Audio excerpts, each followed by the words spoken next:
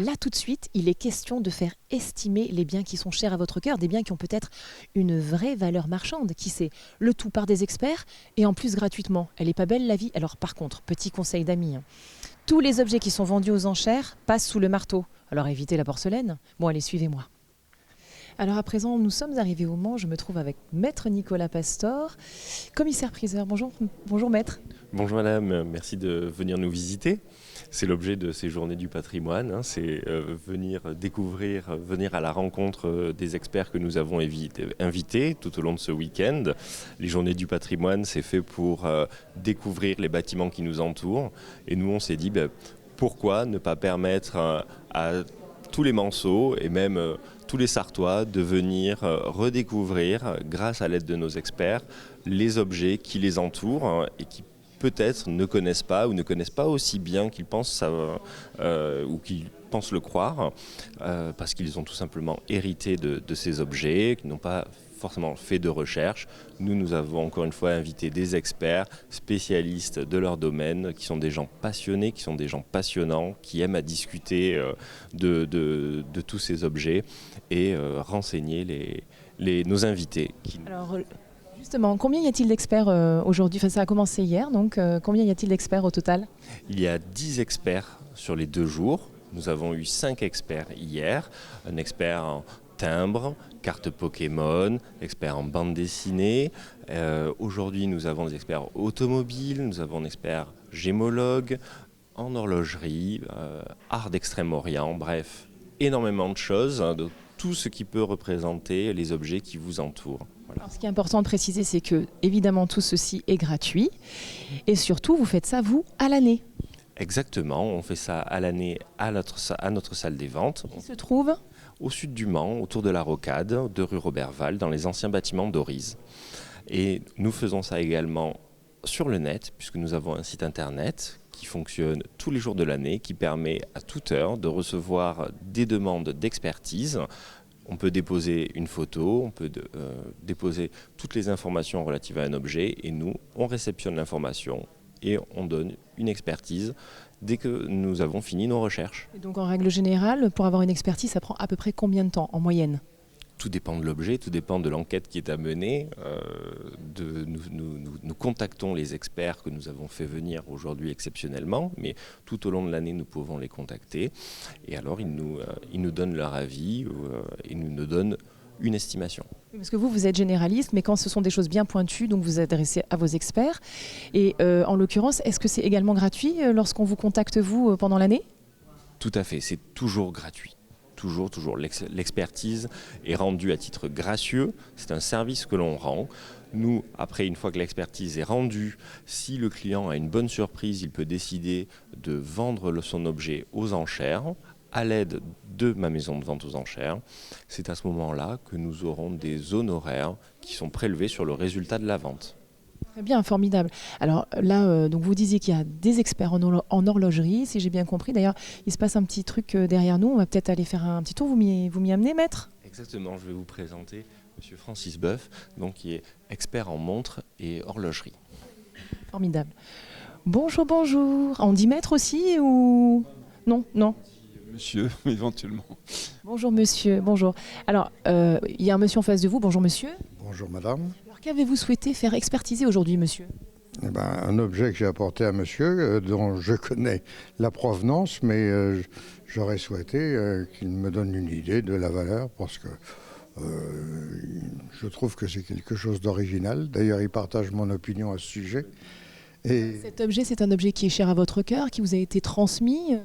Oui, vous avez chiné? Tout à fait. Oui, qui était transmis dans la famille. Et puis, je ne sais même pas trop comment il est arrivé d'ailleurs. Toujours est-il que, voilà, on est devant cet objet-là et on est un peu perplexe l'un comme l'autre. Alors, donc expliquez-nous un petit peu comment vous procédez. Là, en l'occurrence, c'est une pièce extrêmement originale qui sort complètement du registre horloger traditionnel, puisqu'il n'y a pas de mouvement d'horlogerie.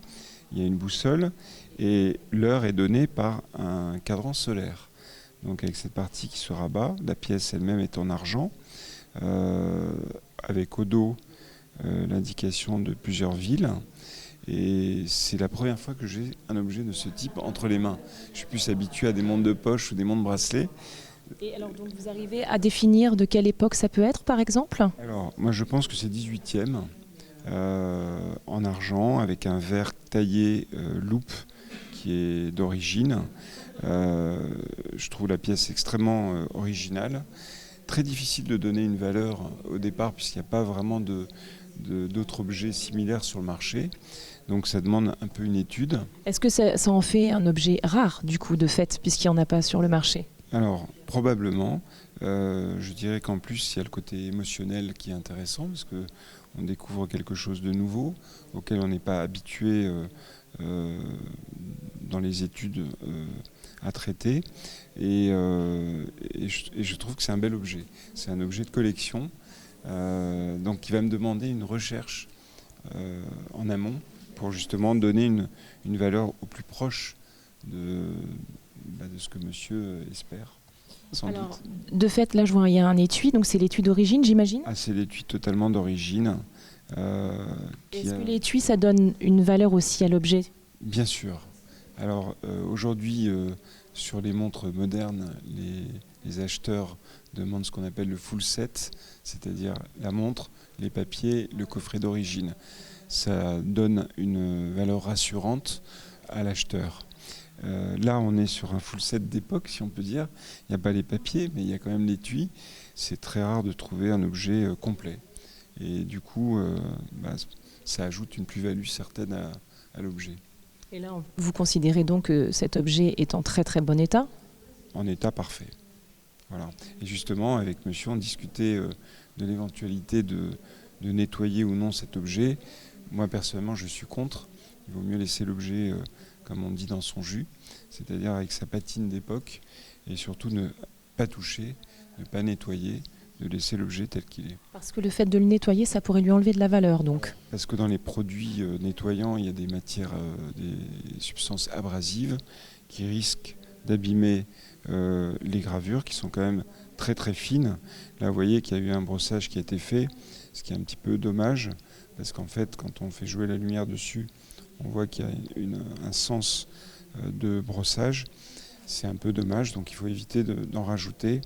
Là, pareil, il y a des gravures fines de tous les noms de villes.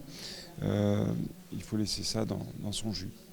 Et alors, ce petit objet que je vois devant vous, c'est... On appelle la fameuse loupe à l'œil des horlogers, qu'on met donc comme ça, voilà, et qui permet de rapprocher l'objet que l'on veut contrôler, examiner les poinçons, lire les numéros de série quand il y en a, voir l'état de la montre, l'authentifier, puisque le travail d'expertise c'est dater, authentifier, voir si c'est vrai ou pas, voir le fonctionnement, les poinçons, voilà.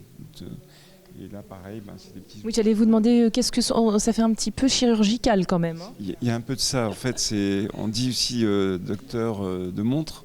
Donc c'est un peu l'idée, c'est des outils qui servent là pour ouvrir des fonds de boîte quand ils sont vissés, là pour enlever un bracelet d'une montre, chasse-goupille, là pour mesurer la taille, et les petits canifs pour ouvrir les fonds de boîte.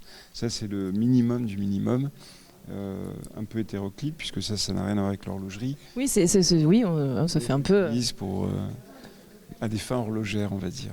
Et je vois, ça c'est pour peser. Peser, alors lorsqu'il y a des montres en or ou en argent, ça peut donner quand même une valeur sur le marché.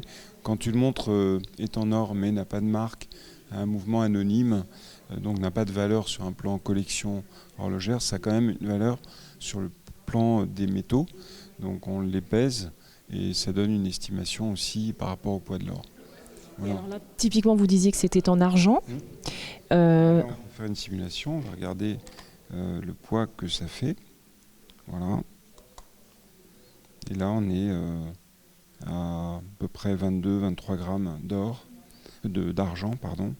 Et du coup, après, on regarde par rapport à la valeur du marché. Alors l'argent, c'est pas le poids de l'or, hein, c'est malheureusement... Mais bon, c'est un petit plus.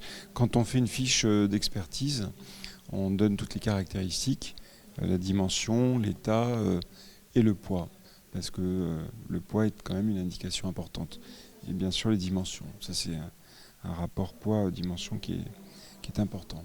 Voilà. C'est formidable. Alors vous, monsieur, est-ce que vous avez, là pour le moment, est-ce que vous avez obtenu ce que vous étiez venu chercher? Je n'étais pas venu dans un but très précis, en fait, parce que je n'ai pas du tout l'intention de m'en séparer. C'est juste histoire, par satisfaction personnelle, de savoir que j'ai un objet de valeur chez moi. Peut-être connaître un peu plus son histoire, de fait, parce qu'en faisant les recherches. J'ai déjà fait des recherches un peu sur la construction, l'origine, la période, etc. Est-ce que vous avez trouvé? Oui. Vous avez trouvé quoi? J'ai trouvé pas mal de choses, effectivement, sur l'époque, sur le milieu des gens dans lesquels ce genre d'objet-là circulait, etc. Parce que c'est quand même pas très banal. Et de ce fait-là, je pense que je vais le garder. Vous faites bien, vous faites bien. Écoutez, merci en tout cas pour toutes ces informations.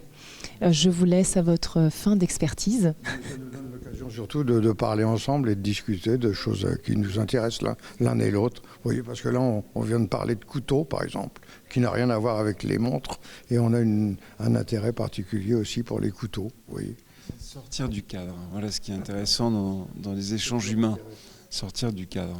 Voilà, en tout cas, chers téléspectateurs, vous voyez, si vous avez envie de faire expertiser vos biens, les biens qui sont chers à votre cœur et dont vous ne connaissez peut-être pas la valeur, eh bien, il suffit de vous adresser à des experts qui le feront gracieusement pour vous et ensuite vous en ferez ce que vous voudrez.